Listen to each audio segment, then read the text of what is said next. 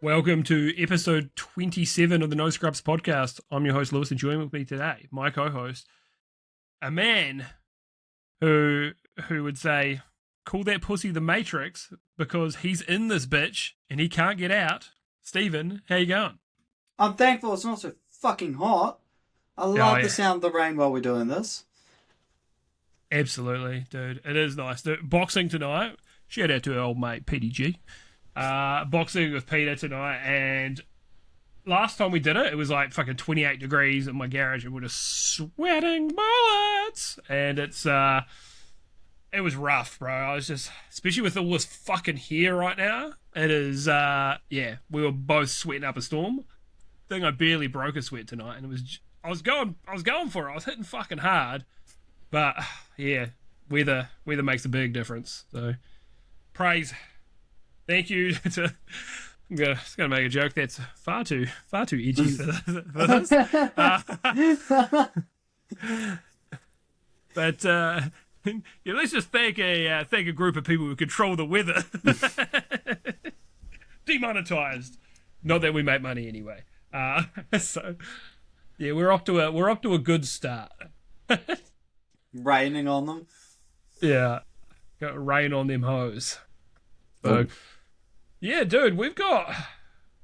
going into this week, I was like, bro, there's nothing to fucking talk about. I was like, what the fuck? And then it all started hitting. All the news started rolling in. I'm like, oh, thank God. Thank the Lord. So I want to start with talking about the Steam Awards winners. So Steam Awards have happened, and it's all fan voting. So as we've seen with the Game Awards, fan voting is definitely a little questionable at times. So we'll start with the Sit Back and Relax award, which I don't know if this entirely makes sense. However, one of the Better With Friends was already taken by someone else. So I think this would have been in the same category. Anyway, Sit Back and Relax was won by Are We There Yet, which is a friend slop game about, I think you're just trying to get your RV back up and running. And it does seem like a lot of fun. People seem to really like it. Definitely a great game to play if you have 3 friends, and if you don't, well, sucks to suck, I guess. It's hard to player. Oh, have you dabbled? I've dabbled. Yeah. Yeah, I hear it is a game you want 4 people with. It's like, we've fucked the RV. Don't worry, there's tools in the RV that I can go fix it. What do you mean I need scrap metal? I left them at the campsite. I thought it was rubbish. Yeah, that is one that is potentially on our list for down the track as well. I think it'd be good fun. So I also love the variety of games that were voted for. Really, really cool to see a big variety. So next game was Outstanding Story-Rich Game, went to Dispatch, which it's not my type of game, but I want to try it. I want to play it. It's a lot of the time I will wait. I know it's not real expensive, but I'll still wait for it to go on sale. And I think I'll give it a go because I like to do that some years. Like when Baldur's Gate 3 was Game of the Year, and I bought it and it wasn't for me, but I still was like, I've got Steam credit there. I'm like, I want to see what it's about, and this is a game that I'm like, yeah, I'm not into this type of like Telltale style game. However, this is one I really do want to check out. Yeah. Seems like the writing is great. Yeah, it seems like a Steven kind of game. I did enjoy the first Evil Dead. Not Evil Dead, Walking Dead. Walking Dead. Also the first Evil Dead. Shout out to Sam Raimi. The chin himself. That was Bruce Campbell. Soz. Well, they are kind of... Anything that Sam Raimi makes, he does try to put Bruce Campbell in it, to be fair. I love Bruce Campbell, man. He's just seems like a fun guy, you know? What a G. Yeah. What a G. Best soundtrack went to, of course, Expedition 33. Hell yeah, let's go. Let's fucking go. I love the French. We do now. That game changed everything. The best game you suck at. Now we surrender to you, the French. Yeah, dude. really has changed the dynamic, hasn't it? Best game you suck at went to Hollow Knight Silksong, which, yeah, game's fucking hard. It's very difficult, so I think that's a good choice. I enjoyed a lot of Silksong. Most innovative gameplay was Arc Raiders. And then I'm like, I think Arc Raiders deserved an award, but I'm like, was that innovative gameplay? I don't know if it was innovative gameplay, but I do like what they've done with Arc Raiders. I'm a fan. I just, joking before about RV there yet. I don't know why it tongue ties me so much. But if I had friends to play Arc Raiders with, I'd probably be jumping on it more often. So yeah, but happy to see it win an award anyway. Outstanding visual style. This is one I didn't pick, but Silent Hill F. The trailers, it visually did look really good. There's a lot of like that body horror kind of stuff in the enemies and that, and there was like this. It was a very Japanese way of like having something beautiful and horrible at the same time in a lot of these environments. They're really, really good at that. Juxtaposition. Yeah, the Japanese like fucking absolutely kill it for that. Like one of my favorite things about Dark Souls. I mean, I love everything about Dark Souls, except that boss. Bed of Chaos. That boss fucking sucks. But Miyazaki had said about there was like an undead dragon and it's like decaying, and he was like they were just making it disgusting, and he was like, no, there needs to be something beautiful about this. Like, this was once this beautiful creature, and it's about like, you know, what this once was, and it's not supposed to just be disgusting, but it is supposed to be like this almost sad kind of thing. And you're like, that's really cool. I love that shit, and that's the kind of vibe I get from this. Even though visually Silent Hill F is probably better. Better with Friends went to Peak. Tell you what, mate, It's peak. the game is fucking peak. It is really good. It is really fun. I really enjoyed the time we spent playing Peak. There's really nothing like it. You know what? Most innovative gameplay? Peak. I've never played anything like Peak. It's friend slop, but very, very unique, and it's still got a bit of like the Zelda climbing stamina, which is now a popular mechanic in games and so on, and that, and there's a bunch of rock climbing games, but just how it all unfolds together, yeah. I stand by that. Best game on Steam Deck, Hades 2, which is funny that the game I played most on my ROG Ally was Hades 2. I agree, absolutely. Hades 2 was great on a handheld. The only problem I found was my hands aren't as fast on the handheld as they are on a normal controller, so I was a little slower getting to things, but no, I think that's a great handheld game. Labor of Love was Baldur's Gate 3. I don't know if much. Oh no, they did that big expansion, didn't they? Yeah, fuck it, that's fair. Baldur's Gate 3. The subclass one, the subclass one that happened when we were like 90% through our campaign. Yeah, it was pretty funny timing, but yeah, no, good shit, Larian. VR game of the year, The Midnight Walk, which I do think looked really cool. VR like horror game, and but very like claymation. I think this could also, win outstanding visual style. I think it was really, really good. I mean, also Hades would get a nomination for me for outstanding visual style, but yeah, looked great. Definitely want to play it at some point. Maybe I play it in VR. Maybe I'm too spooked and just play it on a monitor. Who knows? And the game of the year was Hollow Knight Silksong. And look, I don't agree with that. I finished the game. May have scraped my top 10, but not much higher. I still enjoyed it, but I was surprised to see that at Game of the Year. There's a lot of hype around it, but, for me, Hades 2, and, I mean, of course, E33 I'd put above that, but still a good game. But, yeah, I think, though, overall, still a pretty good list. A lot of variety. If there's not one single game on there for you, I don't know what to fucking tell you. Do you like games? Do you fucking like games? You had 2 horror games. You had a third-person shooter. You had 2 friend slops. friend slops. You had like a not a visual novel, but kind of a visual novel. Kind of choices matter. You had 2D Metroidvania. You had a fucking turn-based RPG. The only thing you're really missing is like a first. I mean, I'm sure it's technically put. Oh well, you didn't mention a puzzle game, but but first-person shooter missing. But if you like shooters, you probably like Arc Raiders. So yeah, good variety of lists. Obvious, like I say, Game Awards. It's like, oh yeah, Wuthering Waves won the best game award from the fan vote. You're like, yeah, y'all are dumb. Oh look, Genshin Impact won. You're like, okay, gotcha, slop, cool. I did look like what you like, but that's why I don't take fan votes too seriously anymore. Shit like that. However, this pretty good. Balance. Yeah, very balanced, which is really nice to see. Yeah. Maybe the PC gamers are alright, Stephen. Maybe. As we only rarely play on PC, and then I occasionally play Switch 2. And my PlayStation got no play last year, so that was fun.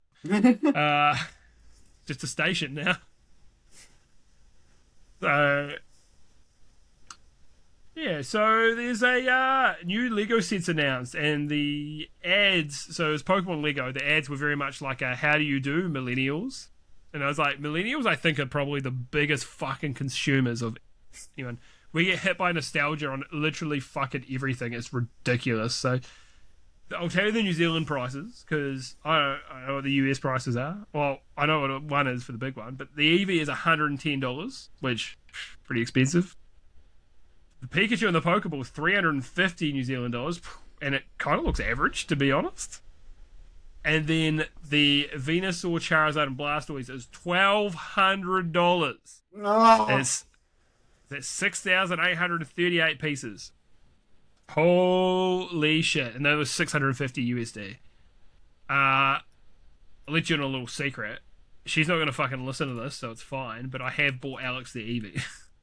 I was about to say, don't tell me you bought the Venusaur one. Nah, Nah. I ain't buying that. It's ridiculous. I think in one of the group chats, someone my nicest watch cost me that much money. I think in one of the group chats, someone posted like the Venusaur Charizard one, and it's like, if any of us buy this, it's like, you're getting judged. Yeah. If I bought this, I wouldn't be telling people that I bought it. No. But you'd see it on the shelf behind me. Yes, literally my most expensive watch, which I know watches get expensive, so it's not that expensive, but it was the same price as this, and there was I got a discount on it too. So yeah, I think they're pretty cool, but I say that Pikachu, they should have spent more time on making that look better, considering it's the fucking mascot of the whole series, and the face looks, why you give me this fucking. Like the face of a Kill Tony regular, if you know, you know. Tony regular. If you don't watch it, you won't understand. You will not understand. No. But yeah, no, it's cool. It's cool. It's just too much money. So, you copping, mate? You copping? No. You I can. hardly buy Lego. Usually, let alone fucking Pokemans. Yeah, I bought the Game Boy and I still haven't put it together. One day. Like, I thought that the Super Mario one looked cool, but I was just like, no. Nah. You're a spinny. Yeah. The Game Boy was $100. I was like, I can drop $100. Probably not much more. I got watches to buy, mate. I got my girlfriend to tell me off. So it's funny. The Microsoft CEO wants us to stop calling AI slop, and I'm like, I won't do it. I think there's a difference between something that has been assisted with AI and what is AI slop. Personally, right? I do think there's a difference. A lot of people think anything that's created with AI is slop, and I don't agree. However, a lot of it is slop, bro. A lot of it is. You see it and you're like, wow, this is crap. The shit that people are liking on Facebook, and then it's like, a military veteran holding up a sign that's clearly not. It's like in Comic Sans, but it's supposed to look like a handwritten sign, and he's got 3 legs and 4 arms, and you're like, what? What are we doing here? And then it's got 100,000 likes on it from boomers, like being like, "Oh, this poor man." Oh, I just think they're being precious about the term slop. It's used for various things. yeah. Like when we're saying friend slop, we don't think that those games are bad. We're literally going to stream Repo on Tuesday. we love Repo, don't we, folks? We love Repo. It's the best video games. Yeah. So, but some of the AI stuff is slop, and it should be called out for being slop. Yeah. It's just, it is. I hate it's like I hate that we have to be nuanced on everything, Stephen. Yeah. I actually think it is a good thing, but we are just like this. And some people are like all AI good, or people are like all AI bad, and you're like, neither of you are right. No. Not all of it's bad. Not all of it's good. It's when it's used as a tool, it's great. When it's used to just do all the work and rip people off, it sucks. I need my hopefully ironic racist AI songs. Yeah, Steven keeps listening to them and be like, God, I hope these are ironic. Yeah, every time he's commenting, it's like, please be ironic. Please be yeah, ironic. it's like, this is tongue in cheek, and it's just, then I'll listen to one line and like, that's a bit to the point. Yeah. Yeah. So, it's crazy as well, because I know a couple of musicians. I mean, I guess also I know you. And the musicians I know, they like the AI music, and I'm like, that's so weird. They're all like, oh, this is really cool. This sounds really good. And then, I feel like musicians are the only artists I've like spoken to that actually like AI stuff that's in their field.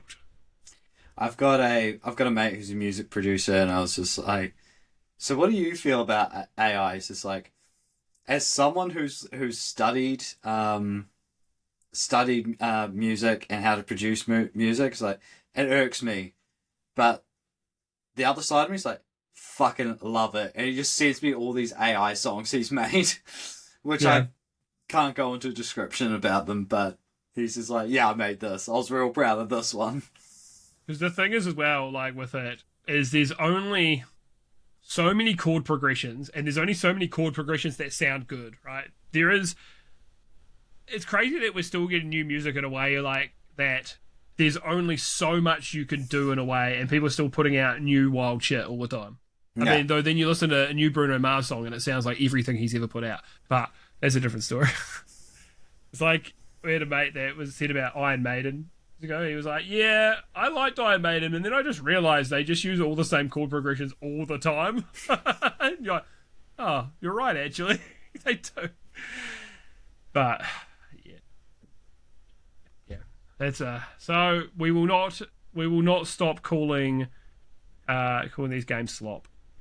Dude, it's so funny, man. I just saw our boy Scriptlet boot up Quarantine Zone the last check. When I saw that released, I was like, I bet that's a Chris ass game.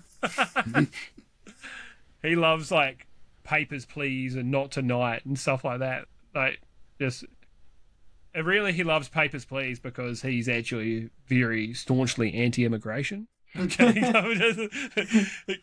Chris is gonna be like, "What the fuck?" in the comments, and then I'll forget what I said because it would have been 2 days ago, and I've got brain like goldfish. But then he'll put you the time. He'll give you the timestamp. Yeah, timestamp, and I'm like, "Oh yeah, I did say that shit. I'm sorry, Chris." Like, what did you mean by this? Oh yeah, I can't help just to talk the shit about people, like just as a joke. Just say something that is completely the opposite of who they are as a person. He loves doing this. Stephen is one thing I tell you about Stephen. He hates fat booties. He hates them. Oh, how dare you? Yeah, we're all about that lean cuisine. He's like, man, give me that plank ass. That's what I need, mate. I want it as flat as a board. Let me lick your tailbone. Dude, imagine that, a guy's like looking at it, it's like, damn, she's got a nice tailbone. You're like, what the fuck? What did you just say? Let me lick the ridges of your spinal column. You had me at ridges. Let me get in between those grooves. Let me get in there nice and deep like. Yeah. Groove with it. It's got the grooves. Damn. We love a woman with grooves, don't we? Arc Raiders has got aggression-based matchmaking, and I thought this was really interesting. So all the sweaty aggro players are going to be like in the same lobbies. All the people who are just shoot first, ask questions later, and all the players that are just like friendly, like me, are just going to be put in the same lobbies together. And I think it's fucking awesome. Personally, I think that's cool as fuck. So when I played, I was just trying to hoon around the map and just not really kill too many people and fight the arcs and stuff. And because I'd like a PvE mode. I'd like a mode where the idea is like you teaming up to actually take down the arcs and like some kind of raid situation and stuff like that. I think that would be really cool. But yeah, so all the aggro players are really pissed off about it, and all the chill players are so fucking happy that this is a thing. And they believe, a lot of people believe that the aggression-based matchmaking is like containing cheaters as well, because the casuals, like the people like me who get off a fucking 9-hour shift and then and by the time I've done a workout and had dinner and maybe taken the dog for a walk, it's like 9 o'clock, and I'm like, time to play a game, and then you go on and you just get absolutely fucking destroyed by hardcores, and you're like, oh yeah, cool, that was fun for an hour, I guess I'm going to bed. Guess I'm going to bed sad. Yeah, this appeals to people like me, regular people, men in their 30s, 40s, and probably late 20s that just don't have time to be sweaty. You can just jump on, and they reckon it's going to contain the cheaters, so I think that's cool as well, because there's a whole thing about people cheating a game, they get banned, they buy another copy, and they just carry on, right? But if you could just contain all of them, they'll keep playing against the other cheaters and become each other's problem, and then it's also not as much of a problem for general population. However, it could be a problem for the players who don't cheat and just play aggressively. So, but yeah, I'm a fan of this personally. I know there's a whole thing where people like hate like skill-based matchmaking and stuff like that as well. And I'm like, but I'm a casual. I like skill-based matchmaking. I think this is a good thing. Yeah. And some people go, well, that's what rank's for and stuff. And I'm like, nah, but I want to verse people about my level. People who play as much as I do, which is not much. You know, that kind of thing. So it is all the sweaties that hate it, but it's probably like 10, 20% of the player base. So I'm like, I personally am a fan of this. So keep doing what you're doing, guys. Who's it? Embark? Is that the name? Embark? One of them. That is Embark Studios. Yeah, keep doing that shit, man. They're good. Good. So there was a meme going around, and it was about, someone noticed that in 2D fighters, there were just a heap of like butt attacks back in the day, of women just using their booty like flying forwards, like Mika did it. Why are these so common in 2D fighters? Stephen, you're our 2D fighting game expert. Why was this such a thing? I reckon it's because my opinion is just like, so it can be real pervy at doing adding frames to it, making it real detailed. Because I know that Yuri from King of Fighters / Art of Fighting, she does it as well. And yeah, nah, I don't actually have an actual reason why they did it, but I also noticed. As a young boy, I noticed. And some may say that it shaped him into the man he is today. Yeah, it's just like, I want to be on the receiving end with a bib, knife, and fork. Hey girl, you shit with that ass? That ass, yeah. No, but that ass do be farting. You're right, Stephen. you stopped yourself. You got self-control. I can't relate. Do. Yeah, you don't really see it in 3D fighters. So no. Even the retro 3D fighters, they just didn't really do it. No, I know. Absolute cowards, I say. Fuck you, Harada. No, I'm kidding. I love Harada. Maybe I could never. Maybe it was a 2D trend. Like someone did it, and they're like, well, I want to do that. And Yeah. then the other people are like, well, they're doing it. I'm going to do it. Everybody's got a bun attack. Yeah. Speaking of Harada, I saw there was a guy. Oh, I'm trying to remember his name. Is like I don't remember if it was Ares or Eris or something like that. Who was, I think his like online name used to be like Mind the Puddle or something like that, and he was like a Tekken content creator and stuff. He apparently commentated like Tekken tournaments and stuff for free for like 10 years. And Namco Bandai were like, well, Bandai Namco, I know it was the other way and then it's that way, whatever. For like years, like he was like, oh, okay, I can't just keep doing this for free. Well, you're going to pay me to commentate it, and they were like, no. And then it was a whole thing, and then Harada, out of his own pocket, paid for this guy to commentate a bunch of tournaments. Dang. What a fucking G, man. We love What Harada. a G. We do. Yeah. That's my fighting game like goat right there. That's my fucking dude. Speaking of fighting game goats. Yeah, oh, look at that transition. Oh, he's slick with it. Damn, he's moving different. I've said to one of my workmates, so I've watched this trailer every day. And so, Street Fighter 6, Alex is coming. They say spring, but they haven't got a definitive date. But the trailer, it shows there's a character in World Tour called Andare. It's like a family. It's where I'm pretty sure that's the family that Hugo is from. Oh, and Hugo. Big Andre Giant looking guy. Thing starts off with him about to fight. At first I thought Alex's nickname that the trainer gave him, I was just like, the first one, I was like, anyway. They don't call him Alex in the trailer, they call him the Dark Devil himself and the man with no allies. No, mate's Alex. Yeah.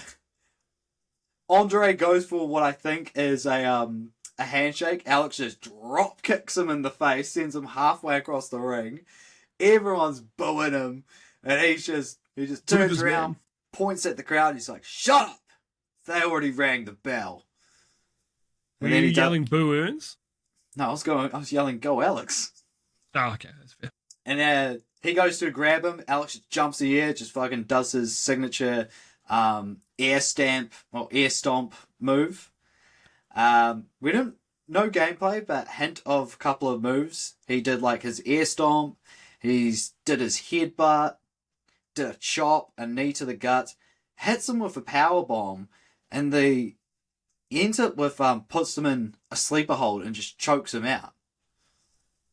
And command grab. Well, power bomb.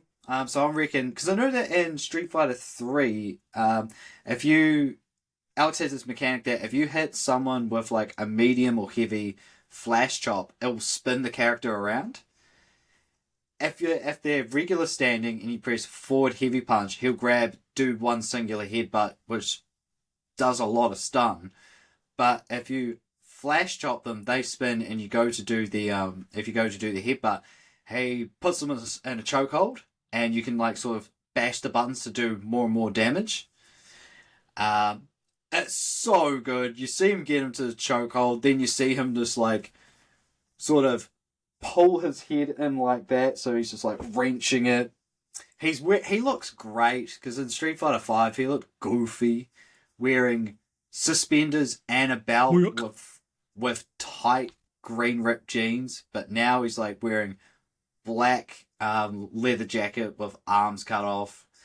He's not wearing a speck of green. He's got like the red war paint, but he's also got the red war paint on his beanie. He's wearing Tim's. He sounds like a New Yorker. Says something at the end. He's just like, not going to do the accent. He's just like, is this the best you got? I only see chomps around here. And I was like, cold. This man is effortlessly cool. Damn. I'm excited. If only we could be. But also, this is real interesting. Every character trailer or teaser they've shown, it involves the default world tour guy, the guy in the blue tracksuit, and it's them interacting with like Akuma, Mai, and that. This is the first trailer that doesn't have the world tour avatar guy in it. It's just straight. Interesting. It was just straight Alex thuggin' Andre. He do be straight thugging, to be fair. So yeah, I'm excited. Cannot wait for more news. Wait to see him in action. Might take the day off work just so I can lab hard on his release. It was a bit cute, mate. Yep. Nice. Yeah. I haven't played any of the DLC, but to be fair, the last probably half a dozen times I've played Street Fighter 6 is when we've jumped on together, which it's been a while. It has been a while. But I do enjoy it when we play it. Man, I feel like as I've gotten older... Oh, well. I don't have the time for fighting games like I used to. I picked up Tekken for the first time in ages the other day. I was waiting for Mark to come over, and I didn't know when he was going to be coming over. This is when we went to the Do on Saturday, and I was like, I'll just play Tekken in the lounge for a bit, and I was like, man, this is good shit. I forgot that the arcade mode, you had Azazel at the end of it, so... And I'm real good at beating Azazel with Kazuya. I'm not that good at beating him with King. I definitely had one loss to him with King, but it's alright. Can you even grapple Azazel? No. There's half your toolkit gone. Yeah, he's a bit of a prick. Kazuya just seems to just fuck him up. I'm sure that there's some strats I just don't know about. Kind of cool they brought him back for the arcade mode. It's nice having like a big old boss at the end. Yeah, I went through with Jin as well, and then you don't verse Azazel though. You verse Devil Kazuya, and you're like, that's cool, but I would have wanted to also fight Azazel with Jin. See how I go. Yeah. I wonder if there's a way that you can fight Azazel as Jin. Maybe I gotta pull it up. Maybe you gotta play more of it. Maybe. So after 15 years, someone's completed Super Meat Boy without dying, and it sure as fuck was not me. That's pretty crazy, man. It's that game is fucking hard, and because the idea is like you die and then the level immediately resets, you're supposed to die in that game. You know, it's such a masterful. Like, such a masterful 2D platformer. Yeah, and it's all about the short levels, right? So they are difficult because of how short they are. So you die, you lose 30 seconds. It's not like a Mario level where you're losing a heap more time or something. You got to go back pretty far. There's no lives. You just do it. And then at the end of a level, if you die 30 times, you see the replay of all your 30 little Meat Boys just trying to jump up and dying. And it's awesome. Like, even you die on a buzzsaw. That buzzsaw permanently has blood on it now, like for the rest of the level. When you retry, that buzzsaw's covered in blood. I love stuff like that. Edmund McMillan is definitely one of my goats. Love The Binding of Isaac. Legend of Bumbo, which it came up because did Script buy you that? He did. He did? Yeah. So Script bought you that, and that came up. So spoilers for a little later. I was playing a little Bumbo recently, which I'm enjoying. Mugenics is coming out soon. He's just a great game designer. He's been working with the Ender's Nye is great as well. So the guy that developed the Ender's Nye with him is like Tyler Glale is the one that's the main programmer behind this. But Edmund's like the ideas man, and he's the artist. So he has the ideas, and then he has like a developer execute on those ideas for him, which is cool. So you got to stick to your strengths. And yeah, so Team Meat, he left Team Meat years and years ago now, because people still associate him with it, which he hasn't been there for their last releases. So just the first one, just the only good one, to be honest, not the Auto Runner or the Dr. Mario game, essentially, which was average. They're doing their 3D platformer soon, and I hope it's good, but no, man. I don't know. But I'm hopeful, because that guy, I think his name was Tommy. He seemed like a cool dude. Yeah, pretty impressive. It took 15 years for someone to do it, but they finally fucking done it. Dang. So when I originally put this next one in, things have changed since then. It was like EB Games was considering to close all New Zealand stores after a $4.2 million loss last year. But they may still have an online presence. So what's happened since then is they've said, yeah, we are closing down, and tomorrow we're having our closing down sale, 50% off everything. And you're like, oh, wow, 50% off everything? That's fucking crazy. And then if you went on the website later, it was like, oh, everything excluding hardware and gift cards and, game currencies.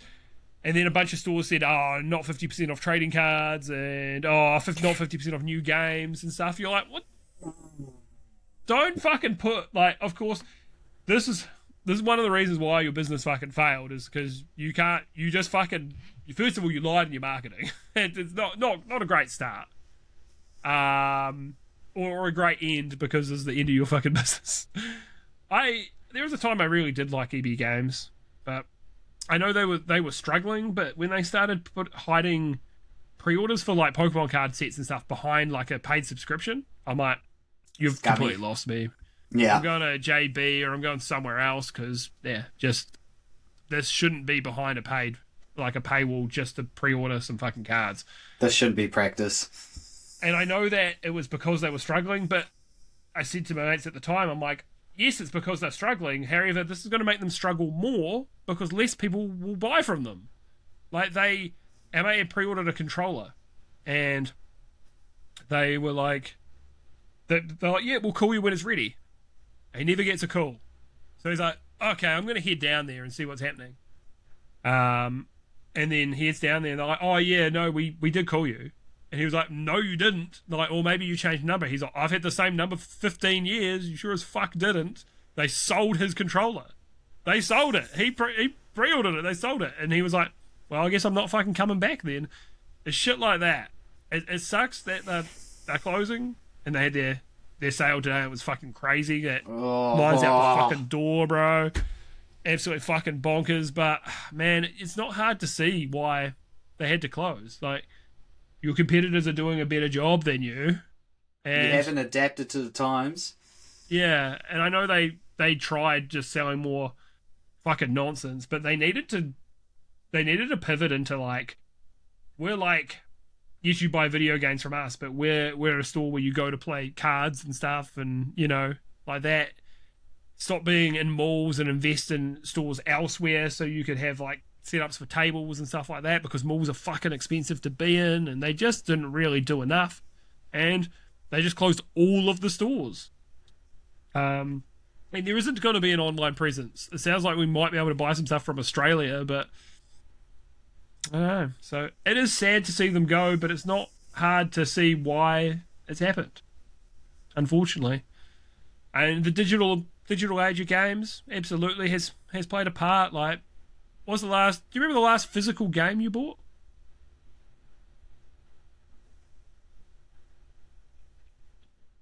Maybe. I don't know what it would have been for me. Kingdom? Oh yeah, so it's not. I mean, they're still somewhat current. I get that. Yeah. But for me, it would have been a PS4 game. I can't remember which, but damn, that was the last time I bought a physical game, because I got most of them digitally. Because we're PC gamers, right? We're Costco guys. We're PC gamers. Of course, we complain about the price of RAM, which is obscene right now. Thank you, AI. Thank you, Slop. Yeah, thanks, Slop. God. Thanks, Cash Slop. Thanks, Satya Nadella. God, fuck you. Imagine Satya Nadella comments on this and he's like, fuck you. Oh shit. Yeah. Oh, fuck shit. you says your whole name and address. Yeah, leaks my fucking IP, everything. And the comments. Don't come to school tomorrow. Oh fuck. Yeah, so easy to see how it's all happened, but it is sad. But if you did better, it would have been a different story.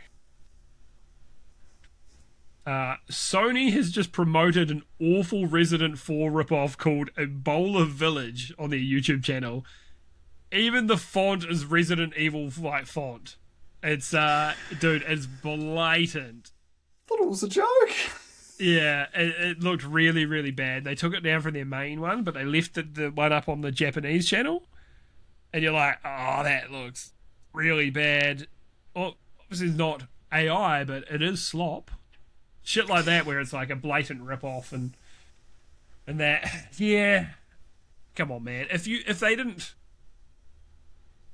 Village as well, obviously Resident Evil Village, you know, they're trying to hit all of it. If they didn't call it Ebola Village, they didn't use the fucking Resident Evil font, if they called it, I don't know, something else. Blue Town.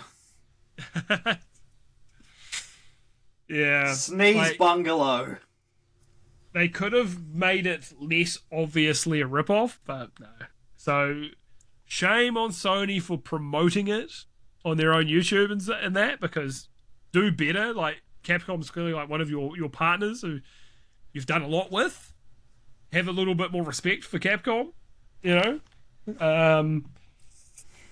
Yeah, but it is kind of funny. What an on-the-nose name.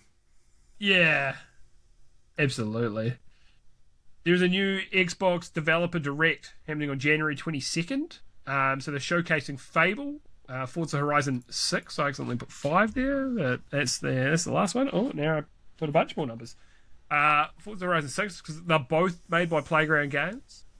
So pretty crazy that also the guys that make racing games are making Fable. So hopefully we finally see more than like 2 seconds of gameplay before a cutaway. And Game Freak is showing off Beast of Reincarnation here, which I'm looking forward to seeing more of. Really, really good pull, especially a team that's so closely linked to Nintendo. Specifically Pokemon. Yeah, and try to get a little bit of the Japanese audience looking at Xbox, which is a good idea for them. Yeah, and there's a rumor that Persona 4 Remastered is going to be at the showcase as well. But we will see. Interesting. The other rumor is Persona 6. So, but we'll see. Apparently, they have liked showcasing Atlas games at their Xbox showcases. Because usually there's 3 things announced and then there's like, oh, here's a 4th thing. And it often is a shadow drop. That's what they did with Hi-Fi Rush as well. But yeah, man, I'm really looking forward to seeing more of Fable. I know people are like, oh, they made this character ugly. I think she looks fine. I don't think she looks that bad, man. I don't know what to tell you. The vibes from their trailers, the Richard Ayoade trailer was, I thought, really good. As much as it was a CG trailer, it was like, well, you know, I was like, wow, they've got the vibes right, they've got the humor right. Yeah, I'm keen to see it, man. The Xbox showcases, as much as Xbox is floundering as a whole, they've been really good, man. They give you a lot of information. They go in depth on the games. They really give you a good showcase. Like Starfield turned out to be pretty average by most people's accounts, but the showcase on it was really fucking good. I had fun watching that. Yeah, so any of those tickle your pickle? I want to see the game Beast of Reincarnation. Yeah. Mainly. I'm also going to stop calling games... Well, I'm going to try. Stop calling games Souls-like. I'm going to start saying, yeah, it's an action RPG. And it's going to deter less people. Yeah, deters less people. I saw one the other day and I was like, well, it's more of an action RPG than a Souls-like. And you're like, well, it is the same thing. But yeah. Yeah. But it's more... You know, because people hear Souls-like, they go, oh, I'm not interested. But you hear action RPG, you go, okay, I might be interested. It's like that meme format of the Drake one. It's just like Souls-like. It's like action RPG. Yeah. Yeah, absolutely. I love how there's that meme template. There's like 4 of them exactly the same, pretty much. Or the bouncer one, or the one with that woman. Lady. I think she's like a YouTuber. Yeah. There's the one of her. Her one I like. I think I like the most because her expression's like, yeah. I think it's a very good expression. Yeah, but Yeah, man. We are simple creatures. Like, oh, I'm not a fan of that meme. Oh, that meme, and it's the same fucking thing in a slightly different format. Oh, that's a good meme. Yeah. Yeah. So yeah, but I'm really looking forward to seeing. Well, all of them, to be honest. I'm very hyped for Fable because the potential is so high, and Playground Games are a really good team, but they've only showed us Forza Horizon so far, really. So, do they have the chops to make an action RPG? Which is not a Souls-like? Dude, Game Freak have the chops to make literally anything because the Pokemon games, as much as I enjoy them, are lacking. This is going to be a big test. And Forza Horizon 6 is going to be sick anyway. So they don't really miss there. And it's in Japan. So, hell yeah. This is one where... It's one of those ones where, you know, we're like... What a shame. Yeah, it's what just a like, damn shame. none of my business. When the culture warriors lose the battle. So Code Violet, which we talked about 2 weeks ago now. Horny game. They were like, we're going to make a Guna game, but we're not going to put it on PC because we don't want it to be, you know, people to be inappropriate with it, even though you were marketing your game at Gunas, right? You want the Stellar Blade audience, but you don't have the Stellar Blade quality. I think it's dipped now below 40% on Metacritic. Ooh. And I'm just like, man, all that virtue signaling for what? Like, I don't want to hear... If your next game is shit, I don't want to hear anything from you again. I don't want to hear fucking anything. Make a good game, and then you could do as much virtue signaling as you want. Become undeniable that we have to be like, yeah, I know they do be culture warriors, but they put out some good shit. But no one wants to play your 38% fucking slop. You know? Metric slop. If you're gonna talk a big fucking game, bro, you better back it up because you have all the game journalists and everything on your side on this one too. All the game journalists, you had everyone, and they were still like, "Yeah, this fucking sucks."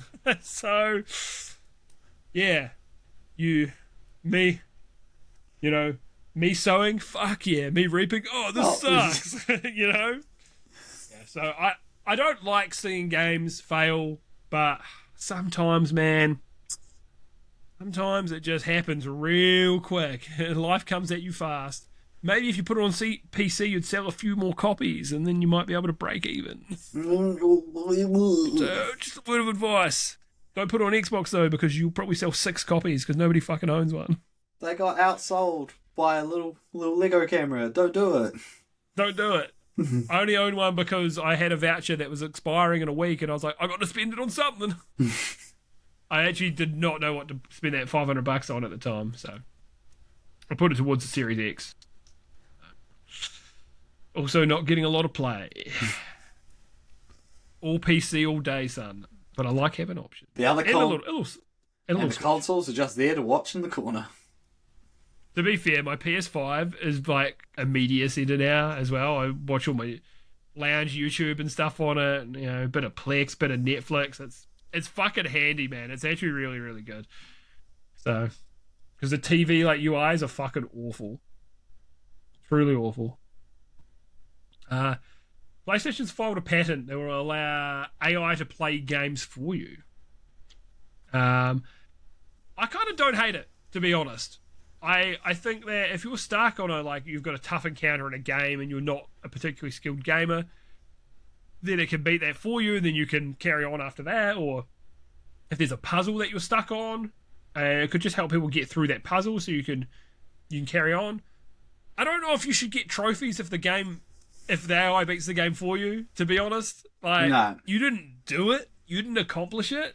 That's where I kind of draw the line. I'm like, it'd be easy to go, oh, yeah, I got the platinum in Elden Ring, and you just had the AI beat the entire game for you. You're kind of like, don't know about that, man. But overall, I actually do like the idea. I know a lot of people are like, what's the point of playing the game? But it's like, it's not about it playing the whole thing for you. It's about the assistance, or if there's a child who's stuck, or someone with a disability, or you're you work 50-hour weeks, so you don't have time to hone your fucking skills. Sometimes you just need, I just need a little assist to get through this part, you know? I think I think it's one of those things where it's going to be like if you use, I think, certain mods on Steam games, it can disable achievements. Yeah. Yeah, I think it'll be like that. Yeah, I think it's a good idea. I mean, I know that it's so funny, the idea of stolen valor in a video game. I think what could be good is you're real struggling. You can enable the AI where it will play the game for you, and then it's like, all right, you've gotten the gist of how to do it. Then it reverts you back to where you were. It's like, now do it yourself. Yeah, I've thought about doing that for Alex when playing like Elden Ring. I've thought about going, all right, I'm not going to beat the boss for you, but hand me the controller, and then I like fight the boss on, so she sees how it's done, and then go, okay, die, and then give it back to her. I've thought about doing that in moments because sometimes she wants advice. And then I give her advice, and then she gets shitty at me. She's like, I know. I'm like, well, you asked me for advice. What do you want me to do? Yeah. I'm with this stuff. It's quite funny because I don't seem like the type, but I'm actually like very, very patient with that stuff, and I'm very like, Alex was saying about she was trying to teach her friend how to drive, and she's like, I don't know, because she's a great driver. Like, out of the two of us, I think she's the better driver, right? I'm decent. I wouldn't say I'm bad at all, but I think she's the better driver of the two of us. She was like, I think you should actually almost teach her, because she was like, you are far more patient than I am, and you're really good at teaching people how to do things. I was like, oh, okay, interesting. But she was the better driver. So, yeah, it's interesting, eh? So with this technology, I think it's a good use of AI. Personally, AI assisted. Yeah, absolutely. Once again, it's how you use AI. If you get the stolen valor of the beating the game for you, you suck. Yeah. If you use it as a tool to assist you and help you get through some key areas. Learn. Yeah, and to learn, absolutely, that's good shit, man. That's real cool. So, fan of that. Which is interesting because a lot of people seem to be against it. But I don't know, man. Just get off your high horses. If you're a hardcore gamer, this isn't about or for you. No. Like, I'm probably not going to use it. I'm probably not going to benefit from it. That's fine. Not everything is for us. No. Yep. So the Larian CEO has walked back what he said about AI and Divinity, and so the quote is, to ensure there is no room for doubt, we've decided to refrain from using Gen AI tools during the concept art development. And I noticed he said during the concept art development. He was very specific about where they were not going to use AI, and they're probably using it in a bunch of other key areas, which I personally don't care about. More AI columns. Yeah. But this is what he had posted in like a Reddit AMA, and he gave into the mob, but I'm certain that once it's normalized of developers using Gen AI for concept art and things like that, they will go back to using it. I think they're just like, oh fuck, we've got to try to get some goodwill back with the audience. We've got to try to get more people back on board. Hey, we're not doing it. It's fine. Don't worry about it. And then when everyone else is doing it, like, well, everyone's doing it, so we'll get you back on. We'll get back on board. I think that's all it's going to be. It'll be for this game, and by the time this game comes out, it'll be normalized, I think, and they'll be back doing it, because literally every AAA developer's got to do it. Yeah. I say, mark my words. I say every, and then you'll be like, in like 10 years or 5 years of time, whatever, you're like, oh, actually, this one studio doesn't use it, and neither does this one studio. It's like, okay, what about all these? What about all these? You know, that's what it's going to be like. It is going to be like in AAA, and now quadruple A is being said unironically a lot now. That is going to be used by all of them, probably double A as well. It's going to be there. It is something that you are going to have to live with and have to accept if you want to be playing high budget games. It's just reality. Love it or hate it. How do you rate it?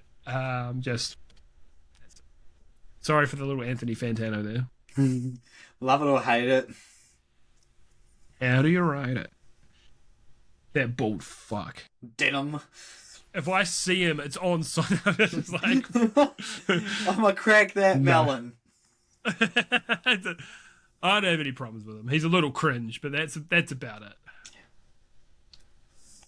So, yeah, it's. Like I said, the wording was very specific, and he said, during the concept art, we're going to decide to refrain from using Gen AI tools during the concept art development. They're very, very specific about that part of the game, and I think that's the part where people would have the most problem with. To be fair.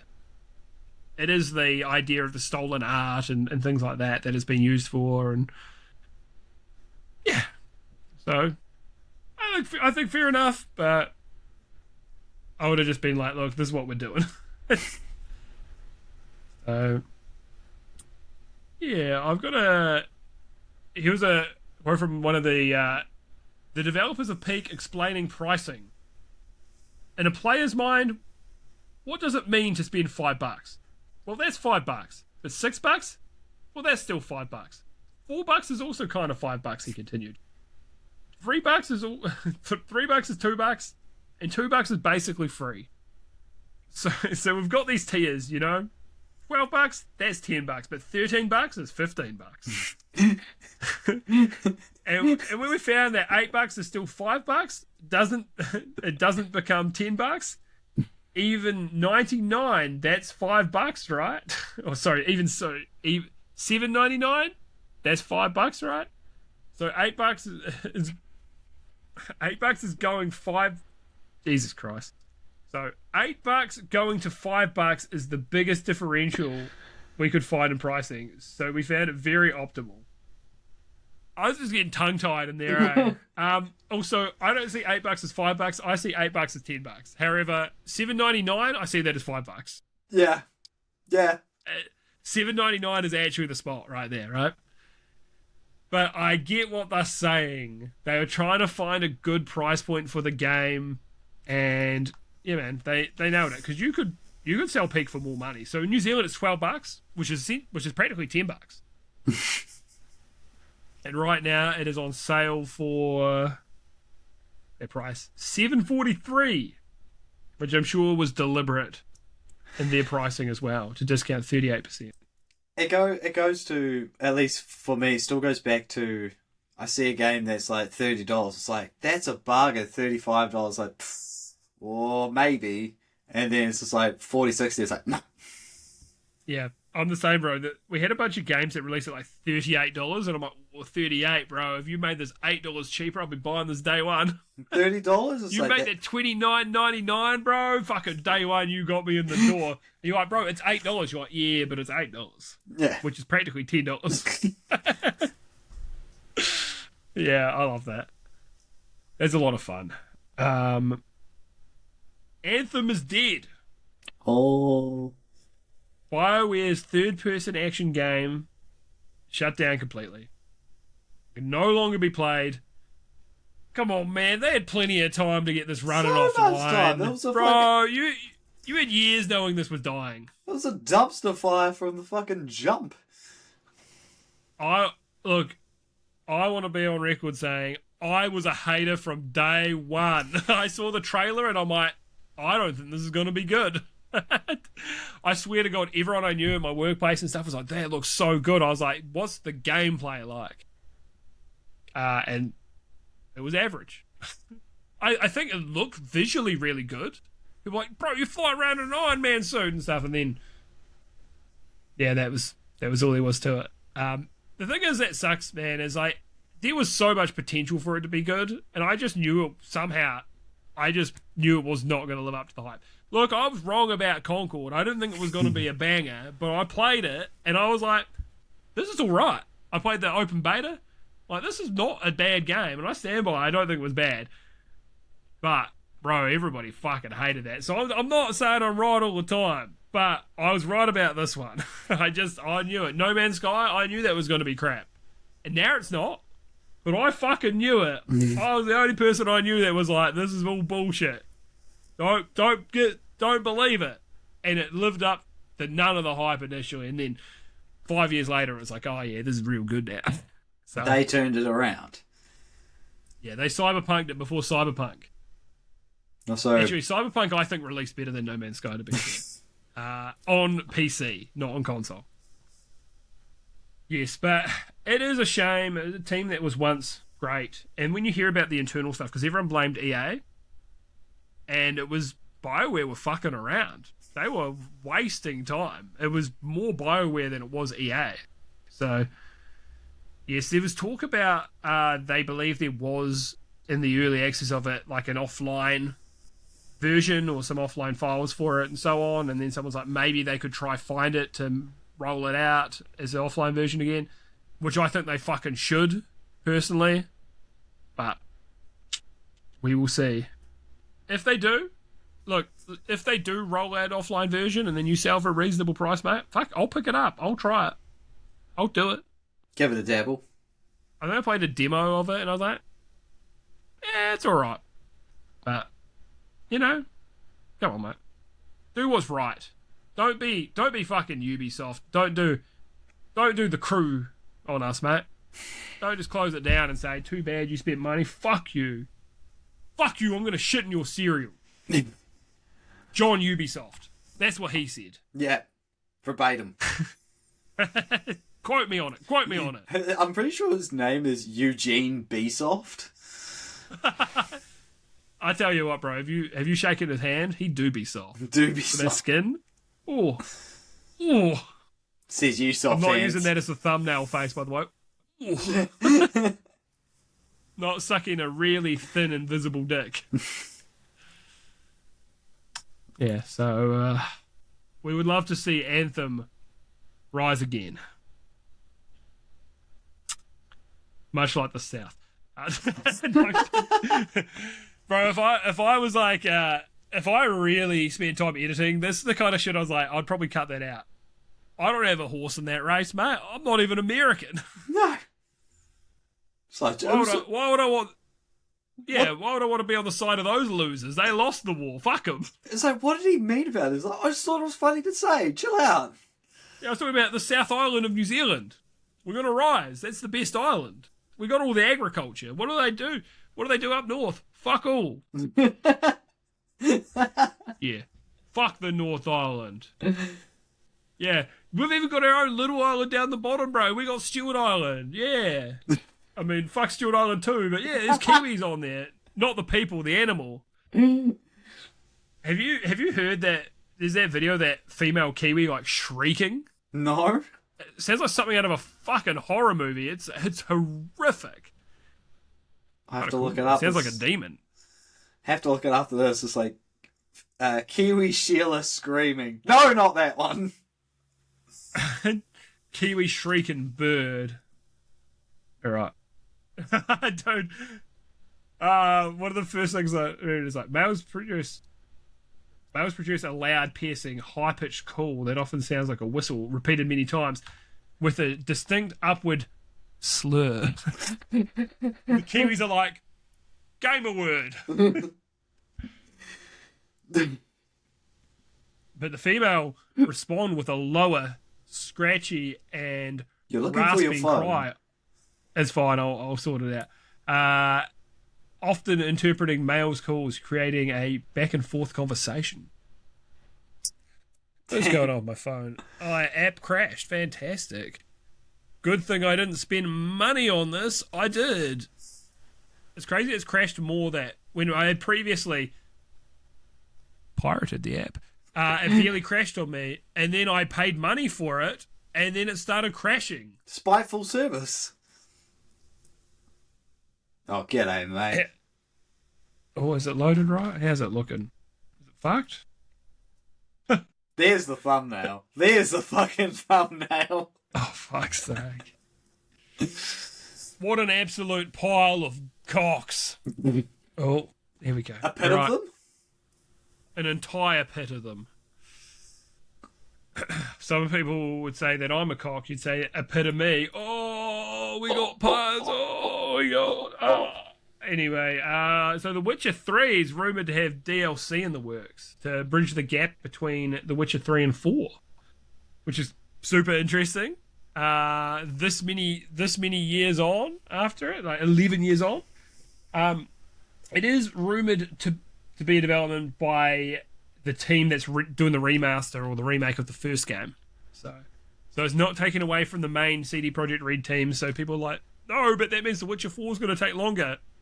No, it's a different team making it.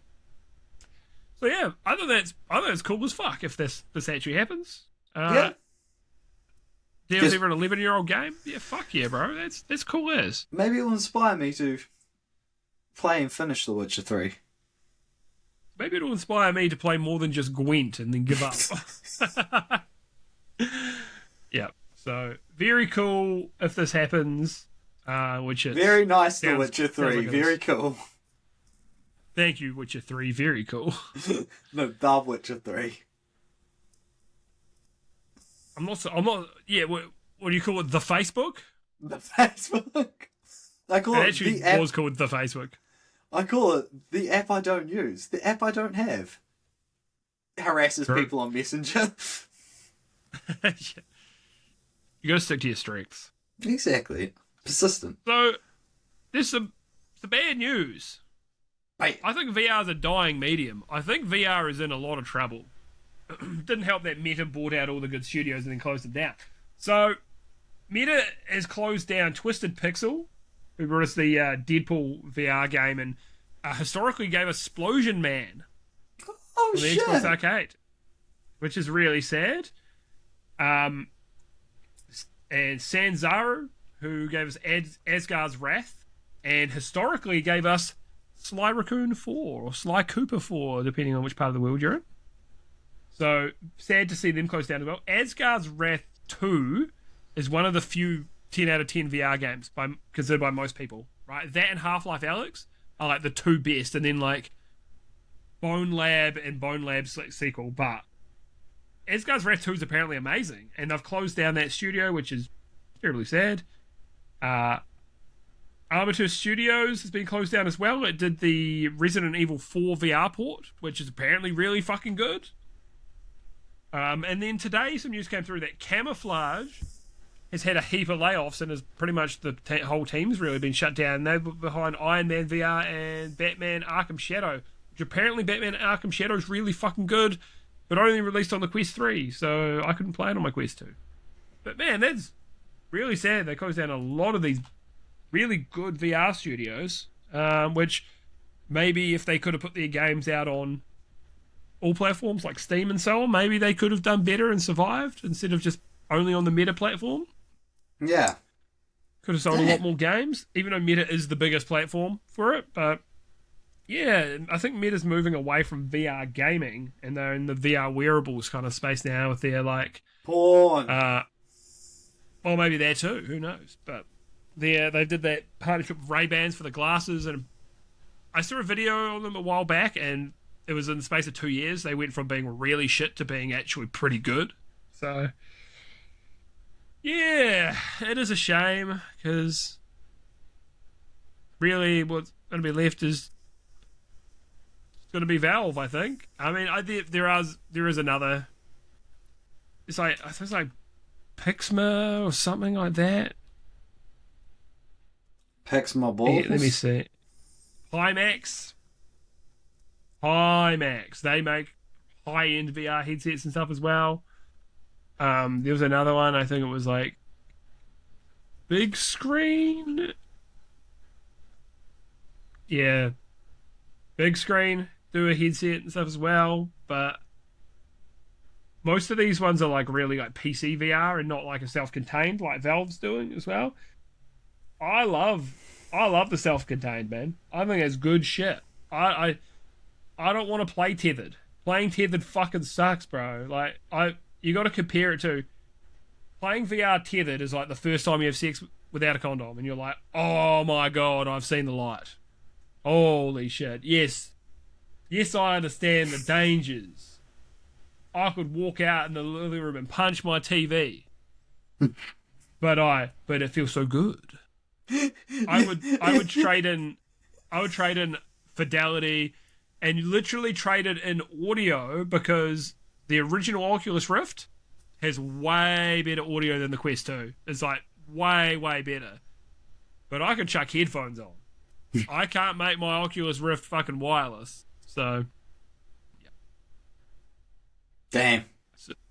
So you had something to say? He was talking about raw doggers, like, I know the dangers, I could punch my TV.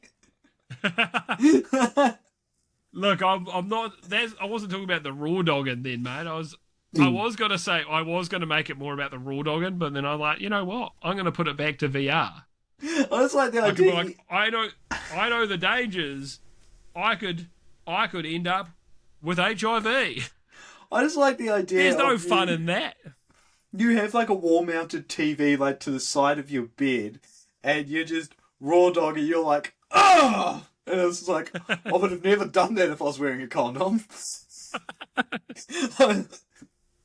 You gotta practice safe VR, mate. Always put the straps on.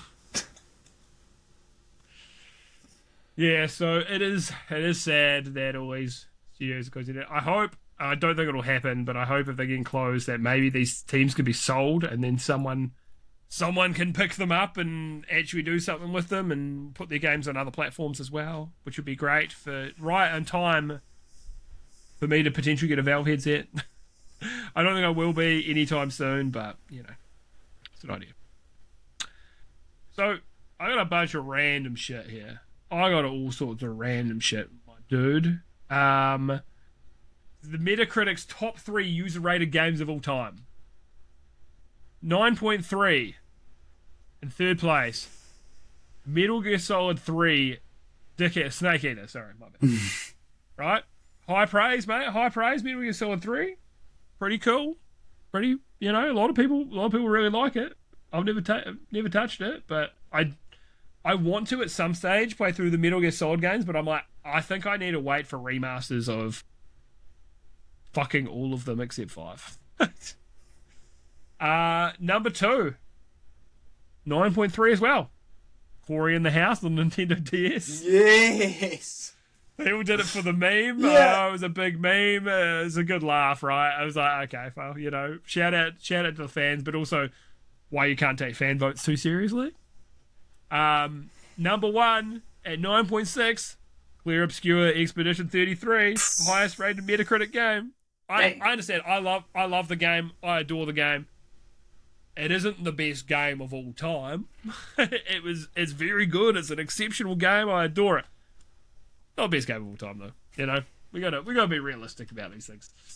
But very cool regardless, and I like that people love it so much because it just felt like it just hit so many people in the emotions, as it should. The next one that we've got here, a little out of order just because it's my screenshots are all over the place. This is the top CCG games in 2025. So these are your card games. I thought this was interesting. WWE Supercard grossed $24.1 million. Interesting. Wild. Wild. Who's been given the Shane Gillises of the world the appearance giving Shane Gillis their credit card? This seems more like a DSP thing. Well, I think he did that as well, but I was thinking more for the fans of John Cena. True. Marvel Snap, $26.8 million. I used to play Marvel Snap. I really enjoyed it, but I was playing maybe 4 or 5 card games at that time, and I was like, bro, you cannot play this many fucking card games. You don't have time. So now I'm down to 2. Magic the Gathering Arena, $38.6 million. Hell yeah. It's good shit. Yu-Gi-Oh! Master Duel, $41.3 million. It's just a dumbed down version of Yu-Gi-Oh! But I played for a bit, but it's alright. Hearthstone, $58.7 million. So Hearthstone's still doing pretty well after all these years. I was playing it just before we fucking went live when I was having my dinner. Love Hearthstone. Shadowverse Worlds Beyond, 68.1 million. I'm so surprised by this. Unless this game's gotten way better, this was just horny anime Hearthstone back in the day. Because, funny story, both of us have played it. Yeah, I just wanted to play a game on the Google Play Store, and I was just like, oh yeah. You'll do. Yeah. I imagine the game's evolved. I mean, it's still grossing $10 million more than Hearthstone, which is fucking crazy. Yeah. And the biggest one of the year, Pokemon Trading Card Game Pocket, which I also did used to play, but it's dumbed down Pokemon TCG, which you can do Pokemon TCG online. It's the full game, and it's actually much better, but this is just convenient. $669 million. That's more than all those other games combined. Yeah. 669 million. What the fuck? What the fuck? It's absurd. I'm a sucker for Pokemon cards. I love opening Pokemon cards. They are my favorite card to open. There's just something about Pokemon cards, man. As a collector, like a collector's item. I like playing the game as well, but yeah. Pretty fucking wild, man. So really just it literally made just shy of 10 times more than the next card on the list under it. It's fucked, bro. Jeez. Absolutely bonkers. Hope Dizzy Rascal's doing well. Nothing's like wrong with him. I just haven't. I think he's free. I just haven't looked him up in a while. I mean, I get the itch to listen to Fix Up Look Sharp every now and then, and Baseline Junkie, but I hope he's doing well. Yeah, same. Hope he's not too dizzy. Hope he can stand still. Bonkers.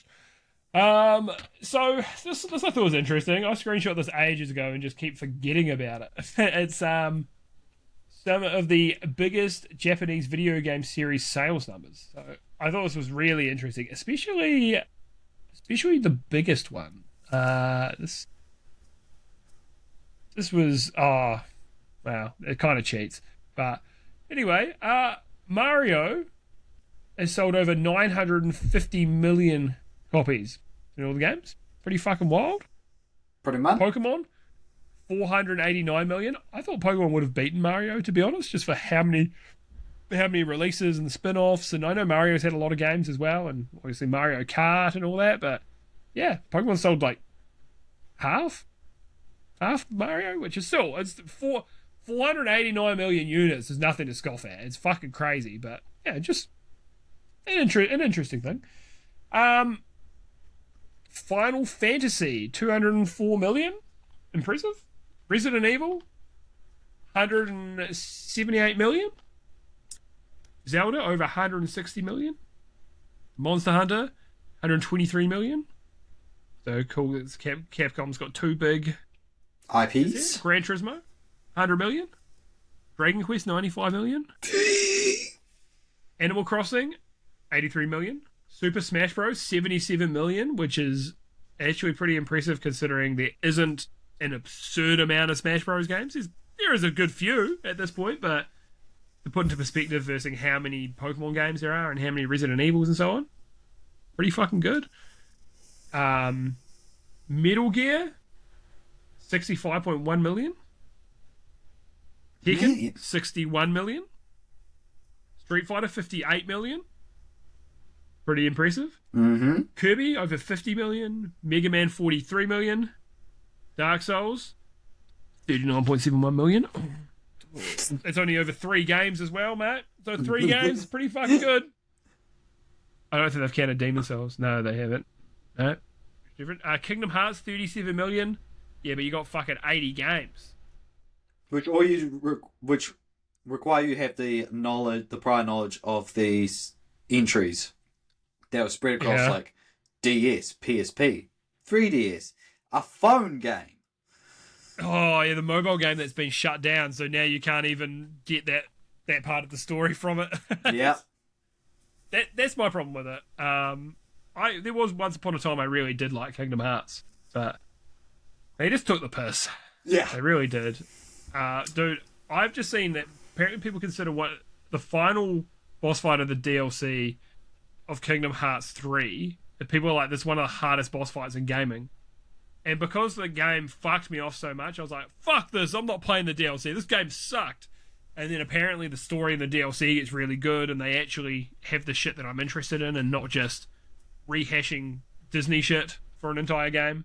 Yeah. Oh, do you want to press triangle and you can ride this Disney ride and actually deal less damage and waste fucking 30 seconds of your life? Whoa. Sorry, I'm still bitter about how bad Kingdom Hearts 3 was. We waited like 15 years for it. Was it that long? I can't remember how long it was, but it felt like an eternity. Devil May Cry, 37 million. Nice. Elden Ring, there's one game. 35 million. Shush. Pretty good. The Tales of series, 31.21 million. Yakuza, so Like a Dragon, over 27.7 million. Nice. Persona, over 23.5 million. And the last one, Sonic, 1.77 billion, but does include free-to-play downloads. So a little cheating, but probably still over $1 billion. I don't know if Sonic had that staying power. Better seller than Mario, considering 90% of the Sonic games are fucking ass. Mm-hmm. But that 10% that's good is real fucking good. I do stand by that. There are really good Sonic games. Sonic Mania fucking rules. It is exceptional. Frontiers was alright. Yeah. Yeah. I heard people were like, it was better than I expected. Was it good? Oh, no, I didn't say that. It's the best 3D Sonic game today, so it's not a high bar. No, 3D Sonic is not good. No, still learning lessons. 2D Sonic? 2D Sonic? Good shit. Mm-hmm. Not all the time, but yeah. Better hit rate. Yeah. So I thought it was interesting anyway, because we've had a lot of good stuff from Japanese developers in recent years, especially as well. Really hit their stride once they got out of that. Some of them struggled in the PS2 era, some did well. PS3 era was like a really, really rough time, especially in the early is there. And then we hit PS4 and stuff, and they really seemed to get back on track, which is awesome. I mean, when you look at teams and or Game Awards winners from region, not a lot of American studios actually winning at the Game Awards. A lot of Japanese studios winning. Quite a few European studios winning. But occasionally an American studio does. Yeah. Does have a winner as well. And not saying like overall, because the American studios are picking up a lot of awards across the board. Rap God. But the top award is not often an American studio. So it's interesting seeing that. So, yeah. Good shit.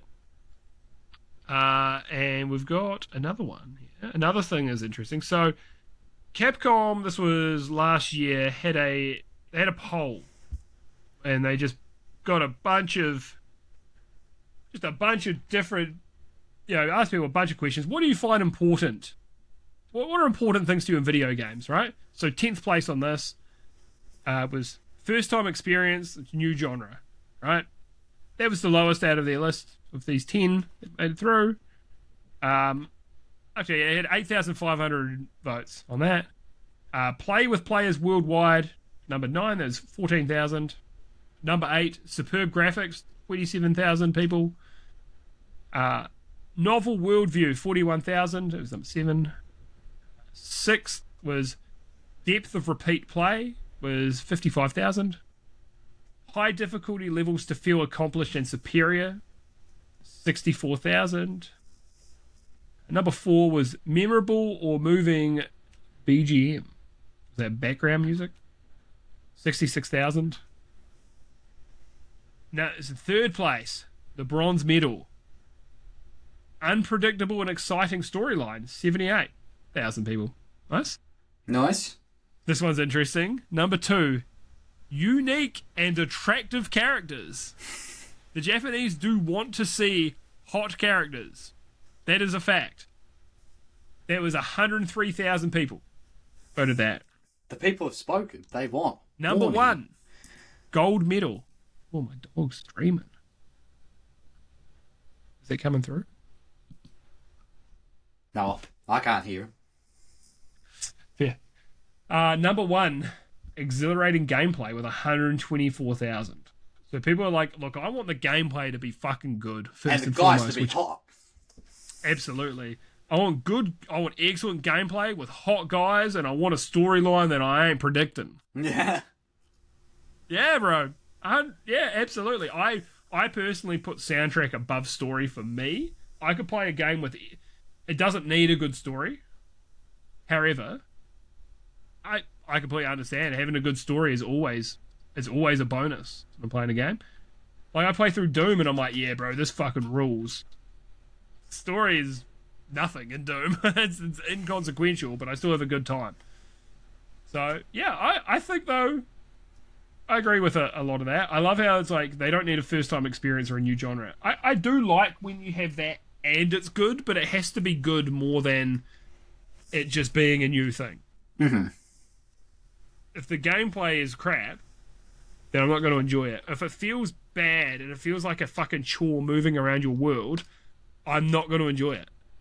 This is why, especially in modern times for me, Bethesda games are so hard for me to get into because moving around the world feels like a chore, and I just don't enjoy that. That's why I love Doom, because I'm like, man, moving around feels fucking good. Feel like I'm sliding around, shooting demons. I was critical of the Dark Ages, but I did still enjoy it. They had to get the award for accessibility. Yeah, and they needed to make it accessible for my dumbass. Yeah, so now we'll get into what we've been playing. So, I played through Clover Pit, the demonic gambling slot machine game. I played through it about 2 weeks ago now, so it's not as fresh in my mind, but it felt like there was a bit of Balatro in there and a bit of Inscription, which... Did you play Inscription? No, but I think I own it. Maybe. Dude. Well, you'll have it through Steam sharing now anyway, because you family. You family now, dog. My girlfriend doesn't know we kicked her out of my Steam family sharing because she never fucking played anything on there, and it's been on there for a year, and I'm like, please give it to someone who's going to use it. and I will wait. I won't tell her, and I'll wait until she goes, oh, what the fuck, I'm not part of the Steam family sharing, and then I'll be like, yeah, it's been 2 years. And do you know what you need to do? You need to be in the room when she discovers that, and you need to be looking out the window with your arms folded behind you. And it's just like, I know. It's because I removed you. Yeah. Absolutely. Gotta let her know. So, what I liked about this as well, it is one of those games that is infinitely replayable. However, there is an end to the game, which is cool. So I technically have beaten Clover Pit, and then it was very funny. So when you're going at the start, right, you see these drawers behind you that are locked, and the idea is that you play through and then you get to unlock the drawer. And what the drawer is you can store these little kind of, I can't remember the correct name, but they're trinkets, right? So you've got 2 currencies. You've got the coins, which help you progress. You've got to get, so you start the round, you're like, you need to have, the slot machine costs you 7 coins if you want to go for big rolls.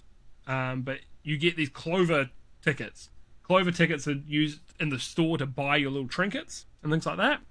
And if you go, I'm going to spend less coins and get less rolls on the slot machine, however, you'll get more Clover tickets.